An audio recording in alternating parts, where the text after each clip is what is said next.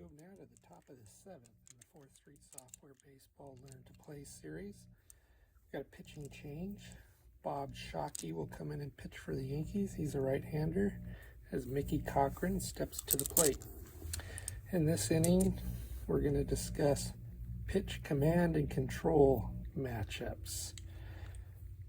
If the pitcher's card wins, we're also going to need to know a fastball or a breaking ball pitch, because there's two different results that can occur depending on which pitch. But if the batter wins, it's just straight to his PC, or on the company cards, P, might be versus P. Pitch command control is what I call it. So in this top half of the inning, the batter's going to win every time. So we're not going to still need to determine whether there was a pitch type or a guess right, guess wrong situation. Let's get started.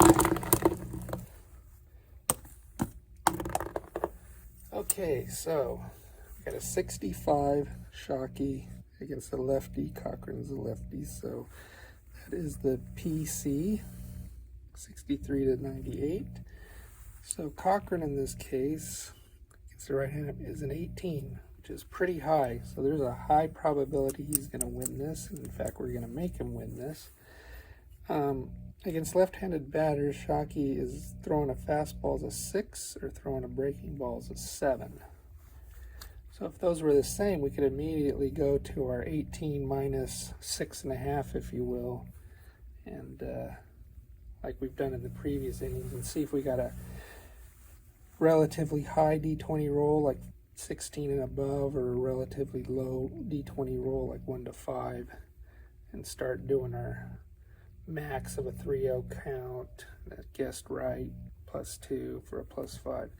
But here we're going to do it a little differently. We got an 18, and guessing on a 3-0 count, if that were to occur, and a guess right 2, that's +5 to the 18. So we're going to start off here in this situation with a base of 23 and see if we can avoid having to see what kind of pitch got through. So we got a 23, and the highest end of that would be a 23 minus the fastball 6, so a 17.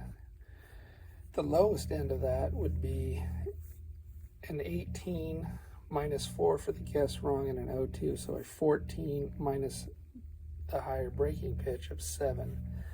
So 14 minus 7 is 7. Therefore, we could have a range here of 7 to 17 where we're going to need these extra rolls or lookups to see if in fact it was a count, get the pitch type, guess the pitch. But when we got pretty low D20 rolls, like in this case we've got a 5, and especially with an 18 rated hitter, we're almost pretty sure we're going to get a batter win and straight to the batter's card. So 7 to 17 is our range where we have to figure out some other things, but we have a 5. So in fact, we know that Cochrane won this matchup. Looking at his 2d6 is an 8. Oh, that's right between his 2 walks, but he got a 34, which is a line out, potentially double play, the runner in first or second, and less than 2. Nobody on, so it's just a 1 out. So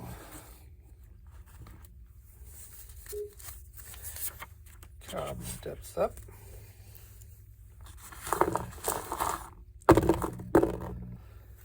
And we get a 65 again, another left-handed batter, so now we're again. But this time Cobb has a 19, so he's even better at controlling the pitch count. Command and control, I mean. And so again, he's a left-handed, so that's 6 and 7. So it's basically 1 more because he was 1 higher than Cochrane of our 7 to 17 range. So we got an 8 to 18 range, 8 to 18 range this time. We got a D20 roll of 7, again below that potential range. So we're going straight to Cobb's card. He won 1 to 7, he wins, and he got a 7. We look at his 2d6. That is an 8 again, and again just misses a walk. A 34 again, so another line out to second base. 2 down. Al Simmons, the right-handed batter, steps in.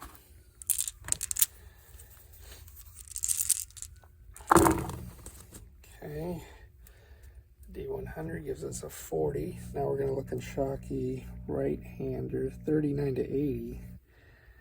So these are the most common matchups, are these pitch commanding controls for most pitchers.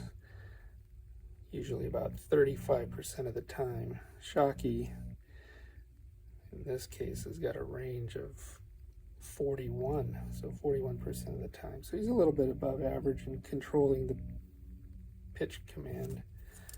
Means he probably keeps batting average against down. Okay, anyways, we got a 40, so we're going to look up Simmons, right-handed. He's only a 16. He's about slightly above average. But Shockey is only a 3 split 4 in his fastball and breaking ball against right-handers. So 16 plus 5, we got on the max end, that's 21, minus 23, 16 plus 5 is 21, minus 3, the lower of the two ratings to get us the higher max, is 18. And then the low end, 16 minus 2 for the O2 potential, minus 2 for the S wrong.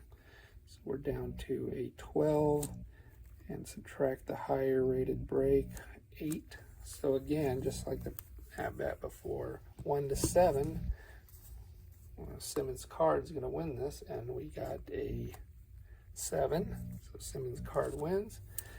The 2d6 is a 5, strikeout, so Al Simmons strikes out. 3 up, 3 down. So you can see when you get some fairly low D20 rolls and we get to go to the batter's card, it can be a pretty quick result code. Usually it's going to be a walk, a strikeout, maybe a hit batsman, and then various types of outs, but no singles, doubles, triples, homers. The company does sell these count cards, which are pretty nifty. So here's a couple of them. Same amount. That will delineate pitchers by ERA. So Shockey in this case 2.89, but I don't know, ERAs are kind of different over over not generations, but eras in baseball. That would be below 3 ERA. So by playing with these types of fast action cards, you could default and set, by playing a card at a time, a 0-0 count, and then you could play another card, and depending on the fastball minus break, Shockey in this case is basically a -1 on both sides, so that falls in the +1 to -1. So if he's ahead in count, which on the previous card, say he was not 0-0, it's even, so Shockey would throw a fastball, and then you get another card, and the batter would guess, again, even a fastball. So that would be a guess right for the batter, a +2. So these are pretty cool. Pick them up. I think they're about $15 when you get. It's very high quality, super slick, just like the regular playing cards, bicycle playing cards. They slide off of each other really nicely. Anyways, that was quick resolution. The bottom of the 7th and the Yankees is up. It's going to be slower resolution because we're going to have pitchers winning. So we're going to have to go through and decide whether we use this system to decide what type of pitch was thrown or not, or just the instructional manual system. We're going to have to go to the pitcher's fastball break to get the result code. Till then.